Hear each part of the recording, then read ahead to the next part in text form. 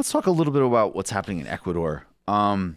So there are ongoing demonstrations there that have been met with an extremely brutal response by the Lenin Moreno government.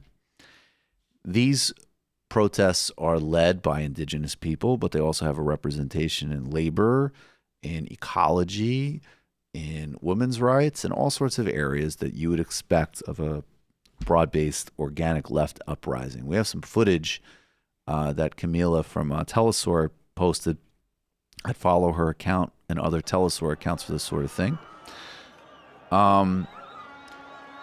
Lenin Moreno was the successor of Rafael Correa, and he was elected on the center-left center-left Democratic Socialist platform in 2017, and has immediately reversed course in an extreme way upon taking government. He's actually actively trying to jail his predecessor, Rafael Correa, who governed Ecuador at the heart of the pink tide.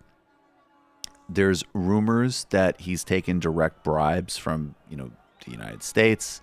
We don't know really why, but his politics, after winning on a center-left successor ticket, have taken a sharp, extreme right turn.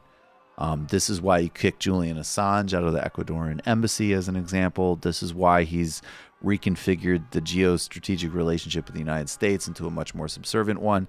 And in the last couple of days, he's unveiled a slew of IMF-backed austerity measures, including scrapping a fuel subsidy, which would, of course, as all of these IMF plans do, be enormously damaging to Ecuador's underclass. Now, Rafael Correa lifted a lot of people out of poverty and was incredibly brave in facing U.S. hegemony, and was another one of these dynamic leaders in the pink tide era. However, his record on indigenous rights was actually really quite bad in some very key ways, and he sided consistently with mining interests over them.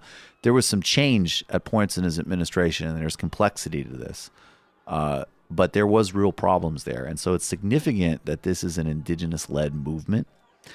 And Lenin Moreno, in typical right-wing paranoid fashion, is blaming Maduro and Correa for fomenting a revolution, even as the people that are actually leading it are consistently saying that they are not an instrument of Correa. And in fact, there's pushback from his own political faction, sort of harnessing the movement. So we'll keep following what's happening in Ecuador, and this is a lot closer to us than Hong Kong, and much more implicated by U.S. policy and U.S. companies like Chevron and U.S. mining companies who've caused an enormous amount of damage in Ecuador. Why does this get so little attention?